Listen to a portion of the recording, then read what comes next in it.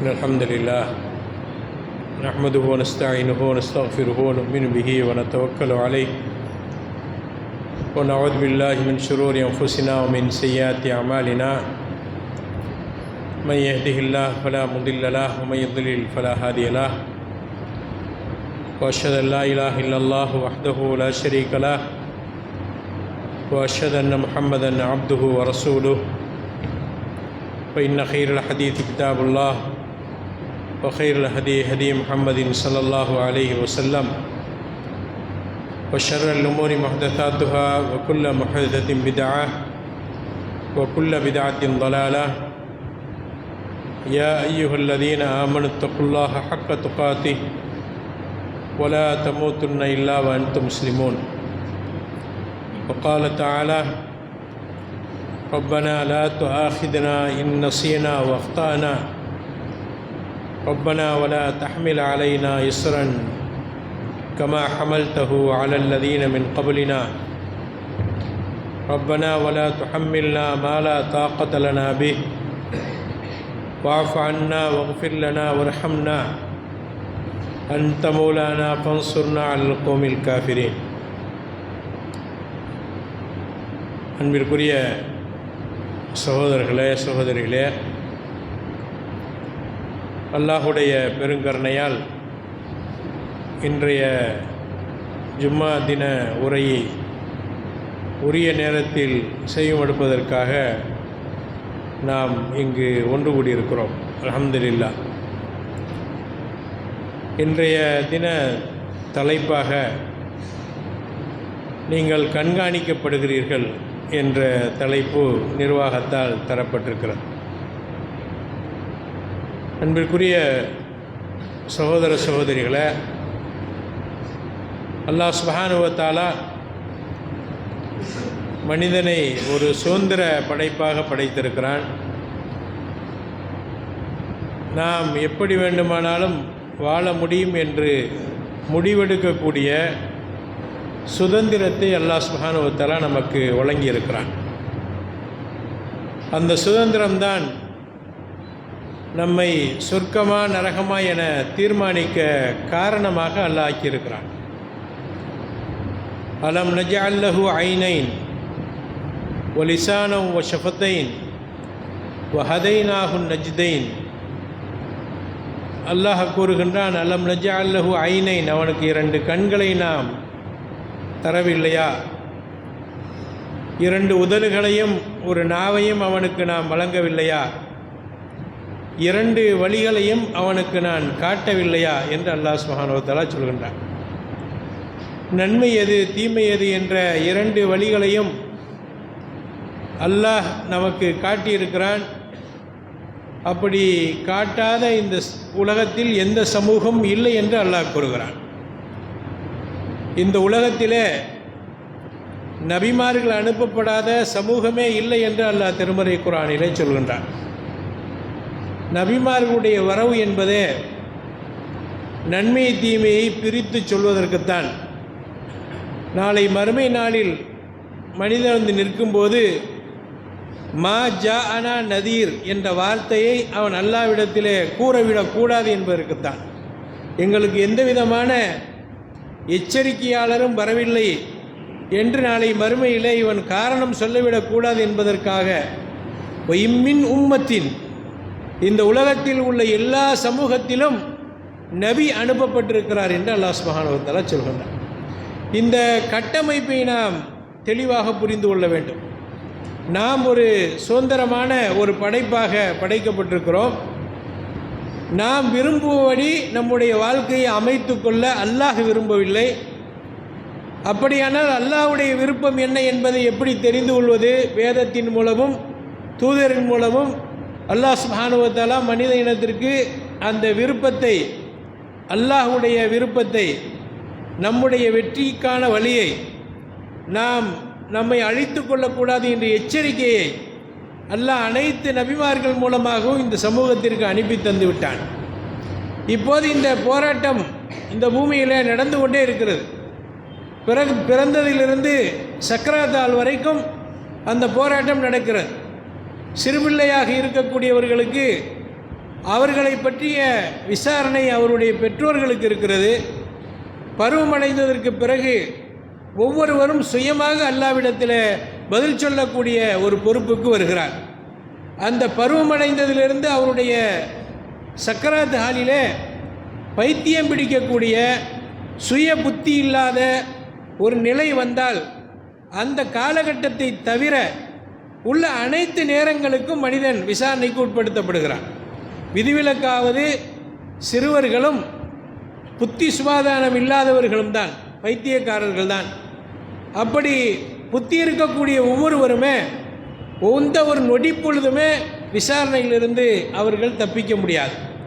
இந்த அடிப்படையில் அல்லாஹ் சுப்ஹானஹு வ தஆலா நமக்கு ஒரு வாழ்க்கை கட்டமைப்பை ஏற்படுத்தி தந்திருக்கிறான். இப்போது இந்த கட்டமைப்பு வெளிப்படையே நமக்கு தெரிவதில்லை. இந்த மார்க்கத்தை ஏற்றுக்கொண்ட ஒருவர் இருக்கிறார். இந்த மார்க்கத்தை ஏற்றுக்கொண்டு பக்குவமானவரும் நம்மிடத்திலே வலதுபுறம் இருக்கிறார். பக்குவம் இல்லாத ஒரு இடபுறத்தில் இருக்கிறார். இந்த மார்க்கத்தை எதிர்க்கக்கூடியவர் நமக்கு முன்னிலை இருக்கிறார். இந்த மார்க்கத்தின் மதங்கள் எல்லாமே இல்லை என்று சொல்லக்கூடிய நமக்கு அருகிலே நின்று கொண்டிருக்கிறார். இவர்களெல்லாம் பார்ப்பதற்கு ஒரே இனமாக, ஒரே சமூகமாக, ஒரே மனிதனாக தெரிந்தாலும் கூட அல்லாஹ்விடத்திலே அவர்கள் பிரிக்கப்படுகிறார்கள். இதை மனிதன் வாழக்கூடிய காலத்திலே அவன் புரிந்து கொள்ள வேண்டும். அல்லாஹ்விடத்தில் இங்கே இருக்கக்கூடிய இப்போது 100-200 பேர் இங்கே உட்கார்ந்துருக்கிறோம்னா 100-200 பேர் ஒரே தொழுகைக்காக ஒரே பள்ளியிலே ஒரே வரிசையில் இருந்தாலும் 200 பேரும் 200 வகையாக பிரிக்கப்படுவோம். 200 பேரும் 200 வகையாக பிரிக்கப்படுவோம். 500 பேர் இருந்தால் 500 வகையாக பிரிக்கப்படுவோம். பிரிக்கப்படாமல் மனிதன் இல்லை. எந்த அடிப்படையிலே பிரிக்கப்படுகிறான்? இதுதான் அந்த இன்றைய தலைப்புக்கான ஒரு கருப்பொருளாக இருக்கிறது. எந்த அடிப்படையில் மனிதன் பிரிக்கப்படுகிறான் என்ற அன்பிற்குரியவர்களே, அல்லாஹ்வுடைய தூதர் ஸல்லல்லாஹு அலைஹி வஸல்லம் அவர்களை மார்க்கம் நமக்கு நம்ப சொன்ன அடிப்படையின் முதன்மையானது ஏகத்துவத்திற்கு பிறகு, தூதுத்துவத்திற்கு பிறகு அடிமைத்துவம். இதை நாம் அஷ்ஹது அல்லா இலாஹ இல்லல்லாஹ் அஷ்ஹது அன்ன முஹம்மதன் அப்துஹு வ ரசூலுஹு என்று கூறுகிறோம். அல்லாஹ்வை ஏகனாக ஏற்றுக்கொண்டதற்கு பிறகு முஹம்மது நபி ஸல்லல்லாஹு அலைஹி வஸல்லம் அவர்களை அல்லாஹுடைய தூதராக ஏற்றுக்கொள்வதற்கு முன்னர் கூட அந்த வார்த்தை தான் அப்துஹு வ ரசூலுஹு, ரசூலுஹு வ அப்துஹு என்று சொல்லாமல் அப்துஹு வ ரசூலுஹு என்று அல்லாஹ்வுடைய தூதர் ஸல்லல்லாஹு அலைஹி வஸல்லம் சொல்கிறார்கள். குர்ஆனிலும் சுப்ஹானல்லதி அஸ்ரா பி அப்திஹி லைலம் மினல் மஸ்ஜிதில் ஹராம் இலல் மஸ்ஜிதில் அக்ஸா, அல்லாஹ்வுடைய தூதருடைய வாழ்க்கையில் மிக உன்னதமான ஒரு அல்லாஹ்வை நேரடியாக நெருங்கக்கூடிய ஒரு கட்டம் இருக்கிறது என்றால் அது மேராஜுடைய கட்டம்தான். ஒரு அற்புதமான பயணம். அவங்களுடைய வரலாறை பிரித்து பார்க்க, அதாவது இதற்கு முன்னுண்டான நிலை வேறு பின்னுண்டான நிலை வேறு என்று பிரிக்கக்கூடிய ஒரு மகத்தான பயணத்தை பற்றி சொல்லும்போது தன்னுடைய அடியானை அவன் மேலே உயர்த்தினான் என்று அல்லாஹ் கூறுகிறான். அடிமைத்துவம். முஹம்மது ஸல்லல்லாஹு அலைஹி வஸல்லம் அவர்கள் அல்லாஹுடைய அடிமையாக இருந்தார்கள், அல்லாஹுடைய தூதராக இருந்தார்கள். அடிமையாக ஒரு மனிதன் தன்னை உணராதவரை அவன் ஒருபோதும் மறுமையிலே வெற்றியடைய முடியாது. அவன் தன்னை அடிமையாக முடிவு செய்ய வேண்டும். யாருக்கு அடிமை? அவன் தன்னுடைய எஜமானனுக்கு அடிமை. அடிமை என்றால் யார்? அவன் எப்படி வேண்டுமானாலும் வாழலாம் என்று நினைக்கக்கூடியவன் ஒரு காலம் அடிமையாக இருக்க முடியாது. அடிமை என்றாலே ஒரு கட்டுப்பாட்டிற்குரியவன். நான் எனக்கென்று எந்த ஒரு முடிவையும் எடுக்க முடியாது. எதை விரும்பினேனோ அதை என்னால் செய்ய முடியாது. எதை விரும்பினேனோ அதை என்னால் உண்ண முடியாது. எதை விரும்பினேனோ அதை என்னால் உடுக்க முடியாது. எல்லா விஷயம், எனக்கு சொத்து சுகங்கள் கூட அடிமைத்துவத்தை பொறுத்தவரை எஜமானுக்குத்தான் போய் சேரும். நான் ஒரு முழுக்க அவனுடைய சொத்தாக இருக்கக்கூடியவன் தான் அடிமை. இப்படிப்பட்ட ஒரு நிலையை மனிதன் புரியாதவரை, உணராதவரை அவன் அல்லாஹுக்கு கட்டுப்பட்டவனாக மாறவே முடியாது. இப்போது மாற்றத்திற்கு நமக்கு தடையாக இருப்பது என்ன? நாம் ஒவ்வொன்றுக்கும் அடிமையாகி இருக்கிறோம். ஒருவன் பணத்திற்கு அடிமையாகிறான், மார்க்கம் பின்னால் போகிறது. ஒருவன் அவனுடைய ஆபாசங்களுக்கு அடிமையாகிறான், மார்க்கம் பின்னால் போய் விடுகிறது. ஒருவன் அவனுடைய கொடுக்கல் வாங்கலில் வேறு வித திட்டத்தை போட்டிருக்கிறான், ஆனால் மார்க்கம் அவனுக்கு பின்னால் போகிறது. ஒருவன் தன்னுடைய உடல் ரீதியான தன்னுடைய ஓய்வை அவன் இபாதத்தை மீற முற்படுத்துகிறான், அதற்கு அடிமையாகிறான், மார்க்கம் பின்னால் போகிறது. பிரச்சனை என்ன? எதை முன்னிலைப்படுத்தப்பட வேண்டுமோ அது எப்போது முன்னிலைப்படுத்தப்படும்? சில உரிமைகளை நாம் நம்முடைய கையில் எடுத்துக்கொண்டதினால்தான். இந்த உரிமைகளை அல்லாஹ்விடத்திலே ஒப்படைக்கும் போது, நான் உறங்குவதற்கு அல்லாஹ் அனுமதிக்கிறானா இல்லையா, நான் உண்பதற்கு அல்லாஹ் அனுமதிக்கிறானா இல்லையா, நான் உடுத்துவதற்கு அல்லாஹ் அனுமதிக்கிறானா இல்லையா, நான் அவனுக்கு அடிமையாயிற்றே என்ற அந்த சிந்தனை எப்போது மனிதனிடத்திலே ஊடுருவி இருக்கிறதோ அப்போதுதான் மனிதன் அவனை மாற்றிக்கொள்ள முனைவான். இல்லை, முடியாது, சாத்தியமே இல்லை. நீங்கள் பார்க்குறீங்க, சாதாரணமாக ஜாஹிலியத்துடைய வரலாறுகள், இஸ்லாத்துக்கு வர்றதுக்கு முன்னாடி உள்ள வரலாறுகளையெல்லாம் பார்க்கும்போது அந்த அளவுக்கு நாம் செய்யலையே அப்படின்னு ஒரு நம்மளை ஆறுதல் பட்டு கொள்ளக்கூடிய ஒரு சூழலாக இருக்கும். குடி, கடுமையான குடி இருந்தது, வழிப்பறை கொள்ளை இருந்தது, கொலை இருந்தது, அதே போல் குழந்தைகளை உயிரோடு பிதைக்கக்கூடிய ஒரு கொடூரமான ஒரு காட்டு மிராணித்தனங்கள் எல்லாம் இருந்தன. இப்போ இவையெல்லாம் நம்ம பார்க்கும்போது இப்படிலாம் நம்ம நடக்கலையே அப்படின்னு அவங்களோட சிறந்தவர்களாக அந்த விஷயத்தில் அந்த ஜாஹிலியத்துடைய காரியங்களை கூட நம்ம செய்யலையேன்னு நம்ம சொல்லக்கூடிய அளவிற்கு நாம் ஒருபடி மேலே நிற்கிறோம். ஆனால் அந்த சஹாபாக்கள் அந்த ஒரு மோசமான சூழ்நிலிருந்து வெளியே வந்து அவர்கள் செய்த தியாகங்களை நமக்கு முன்மாதிரியாக நாம் எடுக்கிறோம். இப்போ அவர்களைப் போல நம்மளால் நடக்க முடியலையே, அந்த சஹாபி மாதிரி நமக்கு நடக்க முடியலையே அப்படின்னு அந்த சஹாபியை யார் நம்மை விட மோசமான, அதாவது மக்காவுடைய வீதியில் எவ்வளோ ஒரு கொடுமையான கலாச்சாரங்கள், ஒரு மனிதன் நடந்து போய்கிட்டு இருப்பான். சில வீடுகள், சில பகுதிகளில் இன்றைக்கி ரெட் லைட் ஏரியாங்கிற மாதிரி சொல்கிறாங்களா இல்லையா, கொடி பறக்குது, அந்த மாதிரி வாண்டு அவன் எந்த வீட்டில் போய் நுழைவான். அவன் தப்பான நடவடிக்கையில் உடலுறவு ஈடுபடுவான். குழந்தை பிறக்கும், குழந்தை பிறந்த உடனே அவள் அந்த குழந்தைய வச்சுட்டு வான்னு சொல்லி இவர் தான் இந்த தந்தைன்னு சொல்லிட்டா அவன் அந்த குழந்தைய எடுத்துகிட்டு போயிடணும். அதுக்கு வலதில் ஃபிராஷின்னு ஒரு பேர், பாய்க்கு படுக்கைக்கு பிறந்த குழந்தைன்னு ஒரு சட்டமே மார்க்கத்தில் உருவாகக்கூடிய அளவிற்கு அந்த வாரிசுகள் இருந்தன. அவ்வளோ ஒரு கொடுமையான ஒரு காலகட்டம். அது ஒரு மோசம், அது தவறு என்றே தெரியாமல் ஏராளமான தவறை செய்து கொண்டது. வட்டியை பொறுத்த வரைக்கும் அல்லாஹ்வுடைய தூதர் ஸல்லல்லாஹு அலைஹி வஸல்லம் அவர்கள் ஹஜ்ஜத்துல் விதாவில் நான் என்னுடைய காலுக்கு கீழே போட்டு மிதிக்கிறேன்னு சொன்னாங்களே, அந்த அளவுக்கு ஒரு மோசமாக ஒரு பரவி கிடந்த ஒரு கொடூரமான கலாச்சாரம். அதையெல்லாம் தாண்டி வந்து இன்றைக்கு அந்த சஹாபியை பார்த்தீங்களா எப்படி உயர்ந்துட்டாங்க, இந்த சஹாபியை பார்த்தீங்களா எப்படி மேலோங்கிட்டாங்க அப்படின்னு நம்மளால் எப்படி சொல்ல முடியுது? எப்படி அவங்க மாற்றினாங்க? கொஞ்சம் யோசிச்சு பாருங்களேன். நம்மளை விட மோசமான ஒரு சூழலில் இருந்து கொண்டு அல்லாஹ் அவர்களை பார்த்து சொல்கிறான், யாரெல்லாம் அந்த பையத்து ருமானில் மரத்துக்கு கீழே பையத் செய்தார்களோ, யதுல்லாஹி ஃபௌக ஐதீஹிம், அவர்கள் அல்லாஹ்வுடைய தூதர் கையிலே பையத் செய்கிறார்கள், அவர்களுடைய கரங்களுக்கு மேலே அல்லாஹ்வுடைய கை இருக்கிறது என்று அல்லாஹ் சுப்ஹானஹு வ தஆலா சொல்றார். அப்போ எவ்வளோ ஒரு உயர்ந்த கூட்டம்! அவர்கள் அல்லாஹ்வுடைய பொருத்தத்துக்குரியவராக கூட்டமாக எப்படி மாறினாங்கன்னா ஒரே ஒரு விஷயத்தில் தான் மாறினாங்க. ஒரே ஒரு விஷயம். என்ன விஷயம்னா, நாம் இந்த உலகத்தில் நிரந்தரமாக வாழ்கிறதுக்கு வரவே இல்லை. நானும் எனக்கு சொந்தம் கிடையாது, என் சொத்து எனக்கு சொந்தம் கிடையாது, என் உறவுகளும் எனக்கு சொந்தம் கிடையாது, எல்லாம் அல்லாஹ் போட்ட பிச்சை. நான் ஒரு நாள் என்னுடைய இறைவனிடத்திலே போய் என்னுடைய ஒட்டுமொத்த வாழ்நாளுக்கும் கணக்கு சொல்ல வேண்டி இருக்கிறது. சுப்ஹான், இதுதான் அந்த கணிப்பு. இப்போ நான் என்னுடைய வாழ்நாள் இப்போ 60 வயசு வாழ்ந்தேன்னா 60 வயசுக்கு நான் அல்லாஹ்விடத்தில் கணக்கு சொல்ல வேண்டி இருக்கிறது. 50 வயசு வாழ்ந்தேன்னா 50 வயசுக்கு நான் கணக்கு சொல்ல வேண்டி இருக்கிறது. எத்தனை வருடங்கள் இந்த உலகத்தில் எத்தனை செகண்ட் இருந்தனோ அத்தனைக்கும் நான் அல்லாஹ்விடத்தில் கணக்கு சொல்ல வேண்டி இருக்கிறது.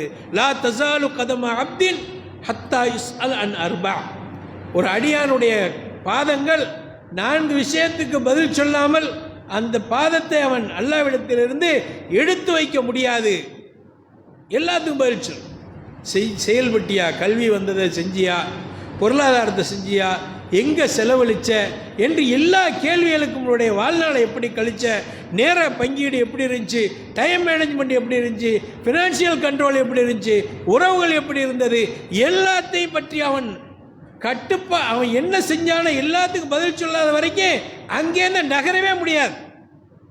குர்ஆனில் ஒரு வசனம் வருது, யௌம துபத்தலுல் அருள் கைருல் அருள் வஸ் சமாவாத், வானம் வேறு வானமாக மாற்றப்படும், பூமி இந்த பூமி அல்லாத ஒரு ஒன்றாக மாற்றப்படும், வானமும் மாற்றப்படும். வபரஸுல் இல்லாஹில் வாஹிதுல் கஹார், அந்த நேரத்தில் அடக்கி ஆளக்கூடிய அந்த இரட்சகனுக்கு முன்னால் இவர்களெல்லாம் கொண்டு வரப்படுவார்கள் அப்படின்னு ஒரு வசனம் இறங்குது. இப்போ ஆயிஷா ரலியல்லாஹு தஆலா அன்ஹா கேட்குறாங்க, அல்லாஹ்வுடைய தூதரே, வானம் பூமியெல்லாம் இது இல்லாத ஒன்றாக மாற்றப்பட்டு விட்டால் அந்த மனிதர்களெல்லாம் எங்கே இருப்பார்கள்னு கேட்குறாங்க. வானம் இல்லாமல் ஒன்றாக மாற்றிச்சுன்னா பூமி மாற்ற எங்கே இருப்பார்கள் இந்த மக்கள் எல்லாம்? மாஷன்னா என்னன்னு ரசூலுல்லாஹி ஸல்லல்லாஹு அலைஹி சொன்னாங்க, இந்த கேள்வியை நீங்கள் தான் கேட்பீங்கன்னு நான் நினச்சேன்னு சொல்லிட்டு சொல்கிறாங்க. ஹும் அலஸ்ஸிராத், அவர்கள் அந்த பாலத்திலே இருப்பார்கள். சுப்ஹானல்லாஹ், நம்மளால் அதை கணிக்கக்கூட முடியல. இவ்வளோ பெரிய மக்கள் தொகையும் எப்படி இருக்கும்?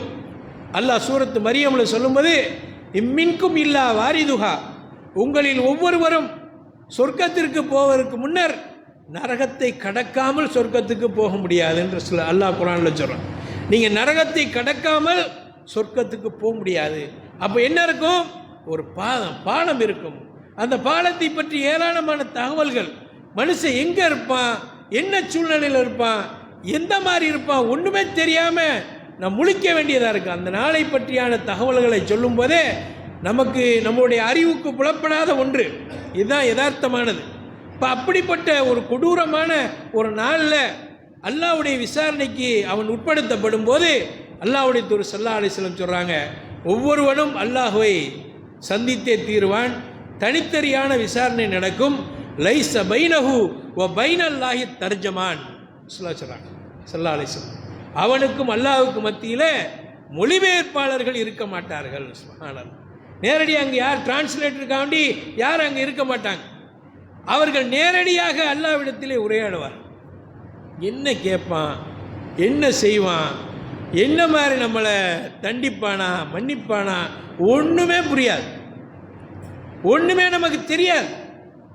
அன்பிற்குரியவர்களே, இந்த நாளில் பதில் சொல்கிறதுக்கு தான் நாம் வாழ்ந்துக்கிட்டு இருக்கோம். இப்போ எதுக்கு நாம் அல்லாஹ்வுடைய கண்காணிப்புங்கிற, அல்லாஹ் உங்களுக்கு நிறையா கொடுத்துருப்பான், நிறைய ஆற்றல் இருக்கும், பதவி இருக்கும், பட்டம் இருக்கும், எல்லாமே இருக்கு. ஆனால் அங்கே அந்த சந்திப்பு இருக்குல்ல, அல்லாஹ்வுடைய சந்திப்பு, அந்த மொழிபெயர்ப்பாளர்கள் இல்லாமல் நேரடியான விசாரணை இருக்குல்ல, அந்த விசாரணைக்குள்ள யாருமே குறுக்க நுழைய முடியாது. யார் ரெஃபரன்ஸ் அங்கே செல்லாது, அங்கே யார் சிபாரிசு பண்ண முடியாது. அல்லாஹ்வுடைய தூதர் ஸல்லல்லாஹு அலைஹி வஸல்லம் தான் மகளை பார்த்து சொல்கிறாங்க, பாத்திமாவே, இந்த உலகத்தில் ஏதாச்சும் கேட்கண்டா கேட்டுக்கோ, அங்கே உனக்கு நான் ஒன்றும் பண்ண முடியாதுங்கிறாங்க. எந்த நபியும் தான் பெத்த பிள்ளைக்கு ஒன்றும் பண்ண முடியாது, எந்த நபியும் தனக்குத்தானே பண்ணிக்கொள்ள முடியாது.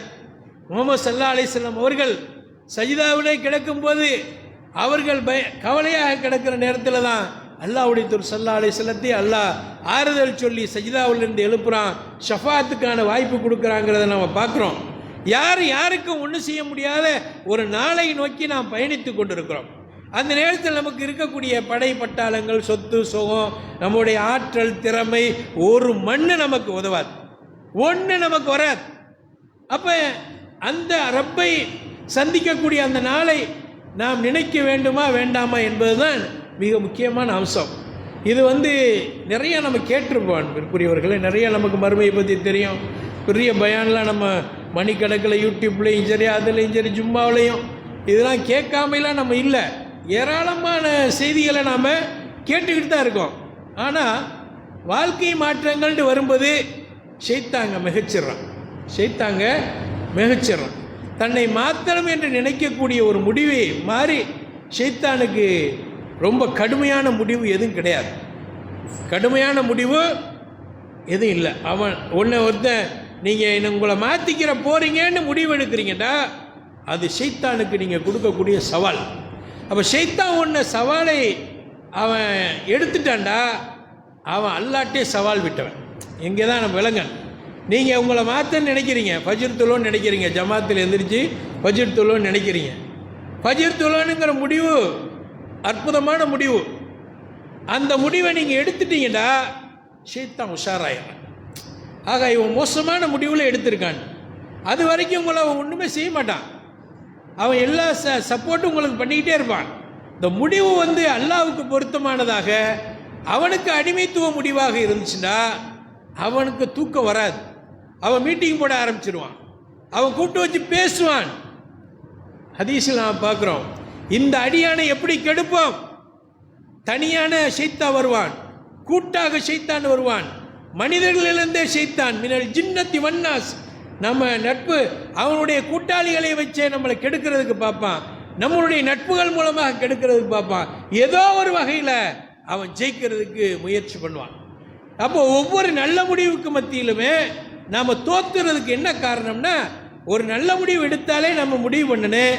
ஷைத்தான் அங்கே தன்னுடைய டீமோடு ஒரு மிகப்பெரிய மஷூரா போட்டு நம்மளை இதுலேருந்து கெடுப்பான். இப்போ அங்கே நம்ம பள்ளியில் இருக்கிறோம். அல்லாஹ் சுப்ஹானஹு வ தஆலா திருமறை குர்ஆனிலே சொல்லத்தான் செய்கிறான், நீங்கள் அவர்களை பார்க்காதவாறு அவன் உங்களை இன்னகும் மின் ஹைத்து லா தரவுனகும், அவர்கள் உங்களை பார்த்து கொண்டிருக்கிறார்கள், ஆனால் நீங்கள் அவர்களை பார்க்க முடியாது, அவர்கள் உங்களை பார்த்து கொண்டிருக்கிறார்கள். லஹு, நம்மளை பின்தொடரக்கூடியவன் முன்னால் போகிறான் பின்னால் போகிறான். எப்படி மலக்களுடைய தொடர்பு இருக்கிறதோ அதே போல் ஷைத்தானுடைய தொடர்பு இருக்கிறது. ஷைத்தானோட பிணையப்பட்டிருக்கிறோம். நமக்கு உள்ளேயும் இரத்த நாளங்களிலே மலக்குகளோடு சேர்த்து ஒரு பக்கம் ஷைத்தானும் ஓடிக்கொண்டிருக்கிறான், வெளியேயும் நமக்கு மலக்குகளோடு சேர்த்து ஷைத்தானும் இருக்கிறான். இப்போ எதை நாம் எடுக்கிறோங்கிற போட்டியில் மிகச்சிறான் ஷைத்தான். இப்போ என்ன செய்யணும் இதுக்கு? இந்த போட்டி தான். ஒரே ஒரு செய்தியை மட்டும் நான் சொல்கிறேன். எவ்வளவு சீரியஸாக எவ்வளவு பக்குவமாக இருக்கணும் அப்படின்னு, எப்போ மிகைக்க முடியும் அப்படின்னு நான் ஓதி காமித்த அந்த வசனம் சூரத்துல் பக்ராவில் கடைசியில் உள்ள துஆ, அது இறங்கின வரலாறு மிக முக்கியமானது. அது அல்லாஹ்வுடைய தூதர் ஸல்லல்லாஹு அலைஹி வஸல்லம் அவர்கள் இருக்கிறாங்க. அதுக்கு முந்தின ஒரு வசனம் இறங்குது. என்னன்னா, அல்லாஹ் சுப்ஹானஹு வ தஆலா நீங்கள் எதை மனசில் நினைச்சாலும் லில்லாஹி மாஃபி ஸமாவாத் வ மாஃபில் அர்த் வ இன் துபுது மாஃபி அன்ஃபுசிக்கும் அவ் துஃபூஹு யுஹாசிபுக்கும் பிஹில்லாஹ். இன் துபுது மாஃபி அன்ஃபுசிக்கும், உங்களுடைய உள்ளத்தில் நீங்கள் ஒன்றை நினைத்தாலும் அதை வெளிப்படுத்தினாலும் யுஹாசிபுக்கும் பிஹில்லாஹ், அதை பற்றிய விசாரணையும் அல்லாஹ்விடத்தில் இருக்கிறது அப்படின்னு ஒரு வசனம் இறங்குது. நீங்கள் வெளியே சொன்னாலும் அதை பற்றிய விசாரணை, நீங்கள் மனசில் ஒன்றை நினச்சிக்கிறீங்க அதை பற்றிய விசாரணையும் இருக்கிறது அப்படின்னு. ரொம்ப நீங்கள் ஆழமாக கவனிக்கணும். எங்கு வரைக்கும் அல்லாஹ் நம்மை கவனித்து கொண்டிருக்கிறான் அப்படிங்கிறது. வெளிப்படையான செயல்பாடுகள்லாம் விட்டுருங்க. எங்கு வரைக்கும் அல்லாஹ் உள்ளே கவனித்து கொண்டிருக்கிறான் என்ன ஓட்டத்தை. எப்போ மனிதன் தன்னை திருத்தி கொள்ள முடியுங்கிறதுக்கான அடிப்படை காரணத்தை சொல்கிறேன். இந்த வசனம் இறங்குறதுக்கூடிய பின்னணி. அப்போ சஹாபாக்கள்லாம் வர்றாங்க, அல்லாஹ்வுடைய ஸல்லல்லாஹு அலைஹி வஸல்லம் முன்னாடி மண்டி போட்டு உட்கார்றாங்க. எல்லாரும் உட்கார்ந்துட்டு சொல்கிறாங்க, அல்லாஹ்வுடைய தூதரே, இஸ்லாத்துக்கு கூப்பிட்டீங்க, அல்ஹம்துலில்லாஹ் நாங்கள் இஸ்லாத்தை ஏற்றோம். இபாதத்து செய்ய சொன்னீங்க, எல்லாம் இபாதத்து செய்கிறோம். தர்மம் பண்ண சொன்னீங்க, எங்களுடைய பொருளாதாரத்தை எல்லாம் கொடுக்குறோம், சக்காத்து கொடுக்குறோம். உயிர் கொடுத்து ஜிஹாது பண்ண சொன்னீங்க, போராடுறோம், எல்லாமே நாங்கள் செய்கிறோம் அதெல்லாம். ஆனால் இப்போ ஒரு வசனம் வந்திருக்கு, மனசில் நினைச்சாலும் அல்லாஹ் விசாரிப்பான், மனதில் நினைத்தாலும் அதை பற்றிய விசாரணை இருக்கிறது அப்படின்னு அல்லாஹ் ஒரு வசனத்தை இறக்குறதான். இது எங்களால் கடைபிடிக்க முடியாது அல்லாஹ்வுடைய தூதரே அப்படின்ட்டாங்க. இது எங்களால் முடியாது. தப்பை செய்யாமல் இருக்கலாம், தப்பை நினைக்காமல் இருக்க முடியாது. தப்பான நினைப்புக்கு விசாரணை இருக்குன்னா நாங்கள் மாட்டிக்கிடுவோம். திருடாமல் இருக்கலாம், ஆனால் திருடன்னு என்ன ஷைத்தான் போடுவான், அதில் எப்படி எங்களால் கட்டுப்பாடு பண்ண முடியும் அப்படின்னு. இந்த கேள்வி கேட்ட உடனே அல்லாஹ்வுடைய தூதர் ஸல்லல்லாஹு அலைஹி வஸல்லம், ஆமாம் ரொம்ப அற்புதமான ஒரு அறிவுபூர்வமான கேள்வி கேட்டீங்களான்னு சொல்லலை. அல்லாஹ்வுடைய தூதர் ஸல்லல்லாஹு அலைஹி வஸல்லம் ரப்புடைய கட்டுப்பாட்டுக்கு முன்னாடி எப்படி நடந்துக்கிறன்னு ஒரு இலக்கணத்தை சொல்லி தந்தாங்க. அல்லாஹ் எதை இறக்கினாலும் அதை ஏற்றுக்கொள், உன்னால் முடிஞ்சதை நீ செய், அதை மறுக்கிறதுக்கு வந்துடாத, நீ பலவீனங்கிறது அல்லாஹ்க்கு தெரியும், நீ ஏற்றுக்கொள் அப்படின்னு. அப்போதான் அல்லாஹ்வுடைய தூதர் ஸல்லல்லாஹு அலைஹி வஸல்லம் இந்த வார்த்தையை சொல்கிறாங்க. மூசா அலைஹிஸ்ஸலாம் அவரிடத்தில் அவங்களுடைய சமூகம் வந்து, நாங்கள் எல்லாரும் நீங்கள் சொன்னதெல்லாம் கேட்டோம், ஆனால் மாறு செய்தோம்னு சொன்ன மாதிரி நீங்கள் என்கிட்ட வந்து சொல்கிறீங்களா? அப்படி சொல்லக்கூடாது. சமயனா அசைனான்னு சொன்னாங்க, எங்கள் காதில் விழுந்த செய்தி ஆனால் செயல்படுத்த முடியாதுன்னு சொன்னாங்களே, அந்த மாதிரி நீங்கள் சொல்லாதீங்க.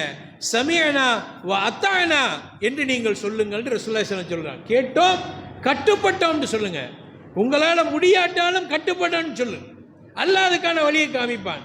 இதுதான் பண்பாட்டுக்குரிய இலக்கணமாக அல்லாஹ்வுடைய தூதர் ஸல்லல்லாஹு அலைஹி வஸல்லம் சொல்லித்தராங்க.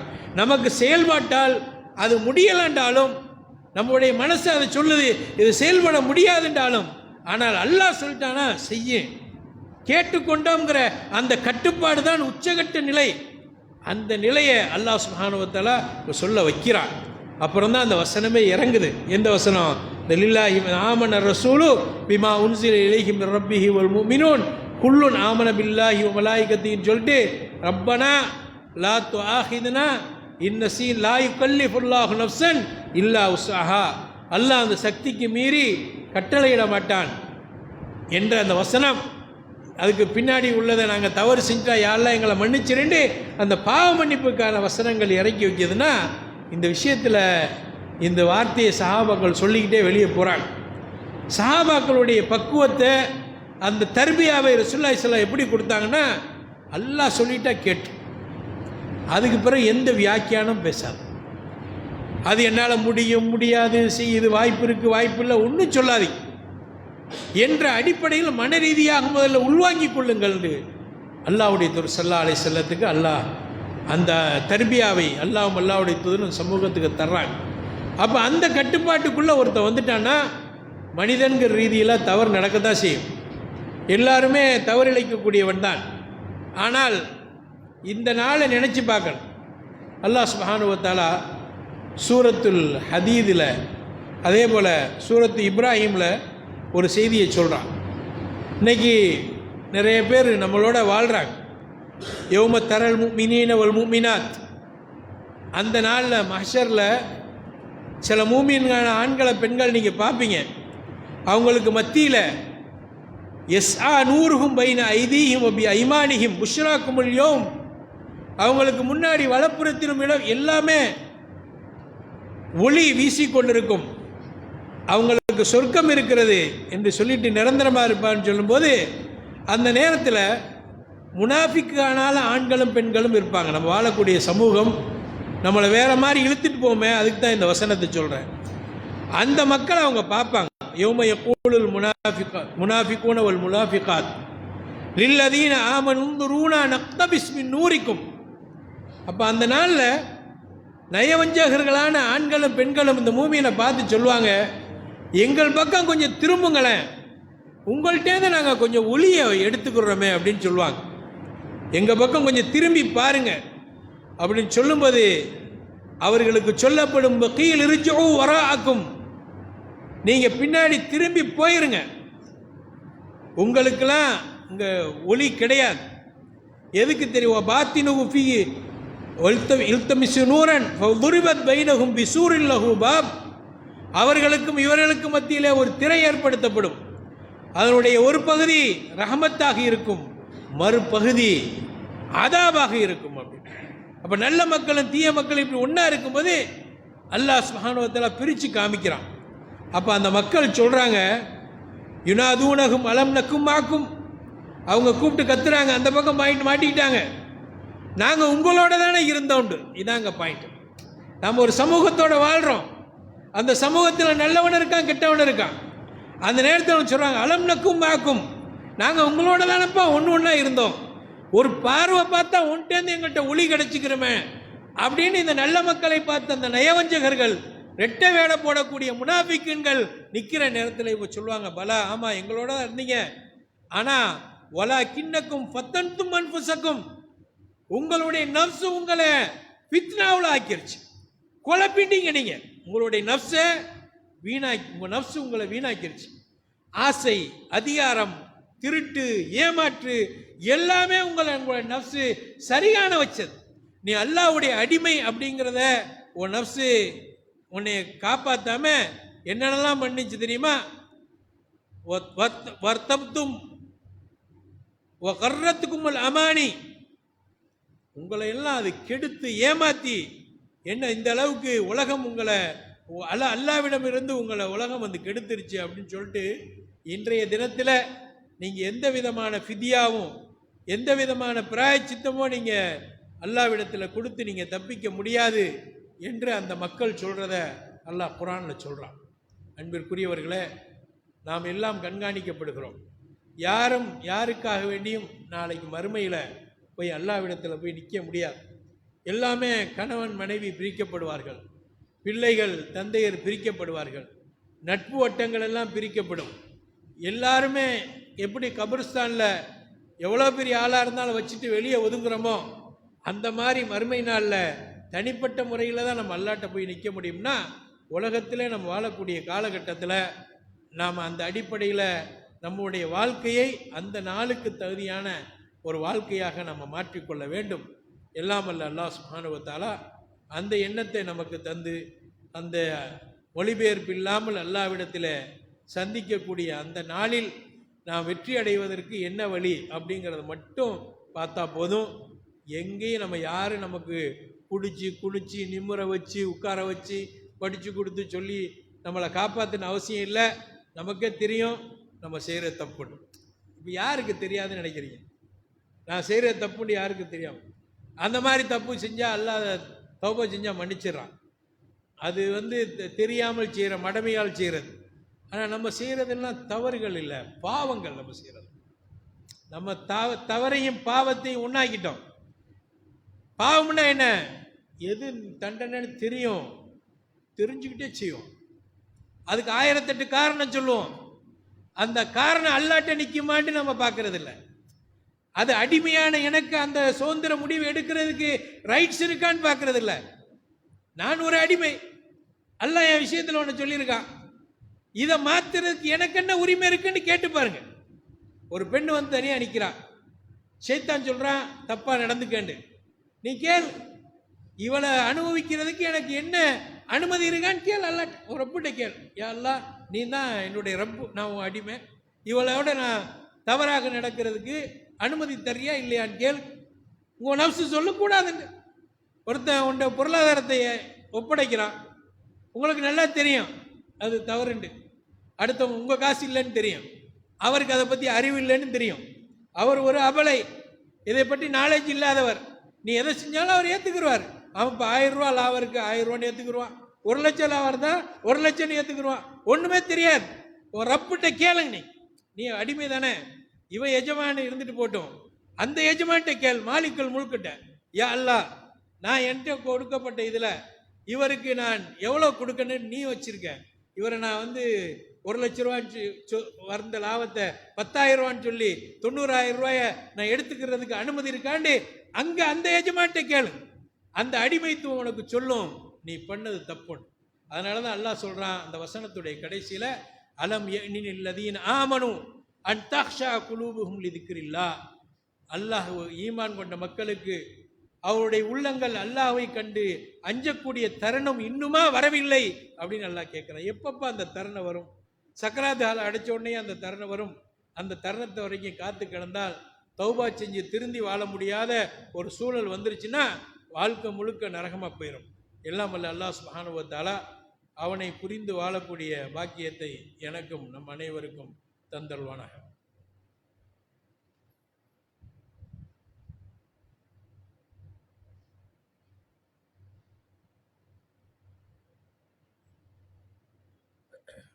அல்ஹம்துலில்லாஹ் வஸ்ஸலாத்து வஸ்ஸலாமு அலா ரசூலில்லாஹ் வ அலா ஆலிஹி வ அஸ்ஹாபிஹி வ மன் சார அலா நஹ்ஜில் இலமித்தீன். அன்பிற்குரிய சகோதர சகோதரிகளை, அல்லாஹுடைய கண்காணிப்பு என்று சொன்னவுடன் நாம் எப்போவுமே நெகட்டிவாக தான் நாம் நிறைய பேசி பழகிட்டோம். ஒரு பிள்ளைய அல்லாஹை பற்றி சொல்லும்போது கூட அல்லாஹ் தண்டிப்பான், அல்லாஹ் அடிப்பான், அல்லாஹ் நரகத்தில் போட்டுருவான் அப்படிங்கிறதா நமக்கு வரும்.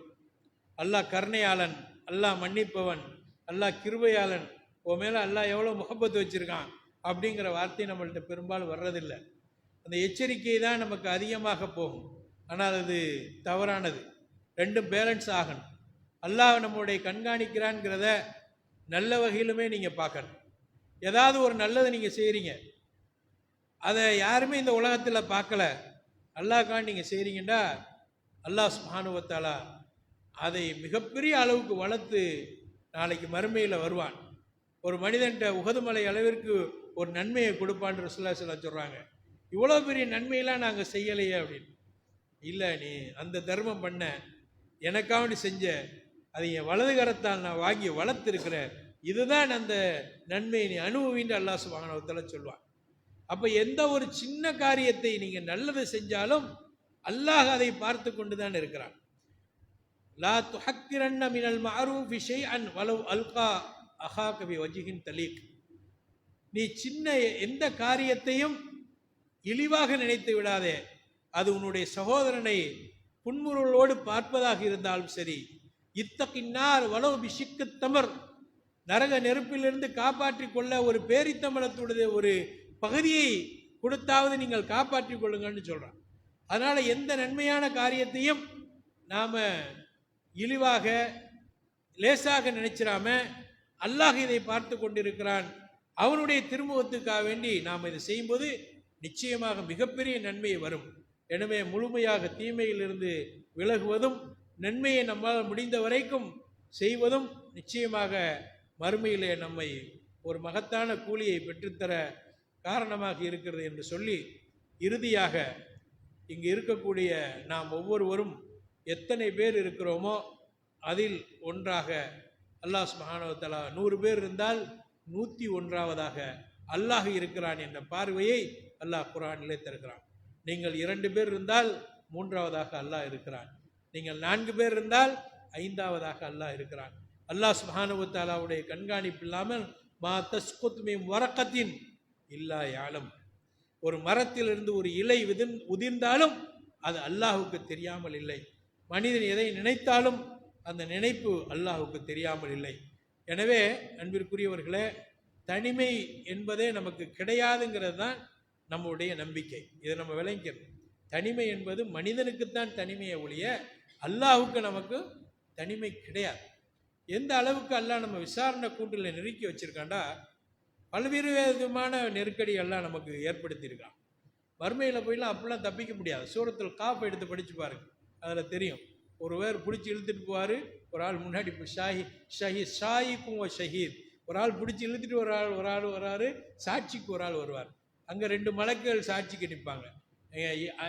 ஆமால் எழுதக்கூடிய ஏடுகள் அங்கு அல்லாஹ் புத்தகமாக அங்கே கையில் தருவான். அது வலது கரத்தில் கொடுக்குறதா இடது கரம் எல்லாம் நம்மளுடைய ரெக்கார்ட். இதையெல்லாம் தாண்டி ஒரு எவிடன்ஸ் அல்லாஹ் ஏற்படுத்தி இருக்கிறான். நீங்கள் யாருமே பார்க்காம எதையுமே செய்ய முடியாதுங்கிறதுக்காக உங்களுடைய உடலையே அல்லாஹ் சாட்சியாக வைத்திருக்கிறான். அன்றைய தினத்தில் அல்யோம் நஹ்திமு அலா அஃப்வாஹிம், அன்றைய தினத்தில் வாயில நம்ம ஒரு முத்திரை வச்சிருவோம். துகல்லிமுனா ஐதீஹிம் வ தஷ்ஹது அர்ஜுலுஹும், வாய்களும் கால்களும் பேசும், கைகளும் பேசும் என்று அல்லாஹ் சுப்ஹானஹு வ தஆலா சாட்சியை எங்கேருந்து கொண்டு வர வேண்டாம், உன் உடம்பே ஒரு சாட்சி தான். அப்போ இவன் கேட்பான், லிம ஷஹீத்தும் அலைனா, எதுக்கு எங்களுக்கு எதிராக நீங்கள் அல்லாஹ்ட்ட போய் பதில் சொல்றீங்கன்னு. அந்த உறுப்பெல்லாம் அவன்கிட்ட சொல்லும், அன்தகனல்லாஹுல்லதி அன்தககுல்ல ஷை, அல்லாஹ் அனைத்தையும் பேச வைத்த ரப்பு எங்களை பேச வைத்திருக்கிறான். இப்போ இதை தாண்டி நீங்கள் அல்லாஹ்ட்ட போய் என்னத்தை நம்ம தப்பிக்க போகிறோங்கிறதுக்கு தெரியல. புத்தி உள்ளவர்களுக்கு இதை விட வேற எதுவுமே நம்ம ஈமான் கொண்டு ஆன்மீகத்தை நம்பியவர்களுக்கு இதை விட ஒரு ஒன்றுமே இல்லை. இது நல்லது செய்தால் நடக்கும், கெட்டது செய்தால் நடக்கும். அல்லாஹ் சுப்ஹானஹு வ தஆலா நம்மை சொர்க்கத்திற்காக படைத்திருக்கிறான், நரகத்திற்கு அல்லாஹ் சொல்வதற்காக நம்மளை படைக்கலை. அதனால தான் சொர்க்கத்துக்கு 8 வாசல்களையும் நரகத்திற்கு அல்லாஹ் 7 வாசல்கள் வைத்திருக்கிறான். அல்லாஹ்வுடைய ரஹ்மத் அவனுடைய தண்டனை விட பெரியது. எனவே அதை நோக்கி பயணிக்க அல்லாஹ் விரும்புகிறான். அல்லாஹ் சுப்ஹானஹு வ தஆலா நம்மை அனைவரையும் மன்னித்து இங்கு ஒன்று கூடி இருப்பதை போன்று ஜன்னத்திலே சொர்க்கத்தில் ஃபிர்தௌஸிலே ஒன்று கூடவும், நம்முடைய குடும்பத்தினரோடு அங்கு நபிமார்களோடு, சித்திகீன்களோடு, சுஹதாக்களோடு, சாலிஹீன்களோடு, நல்லடியார்களோடு அங்கு நிரந்தர சொர்க்கத்தில் இருக்கும் அல்லாஹ் தௌஃபீக் செய்வானாக. வாஹிர் தாவான் அல்ஹம்துலில்லாஹ்.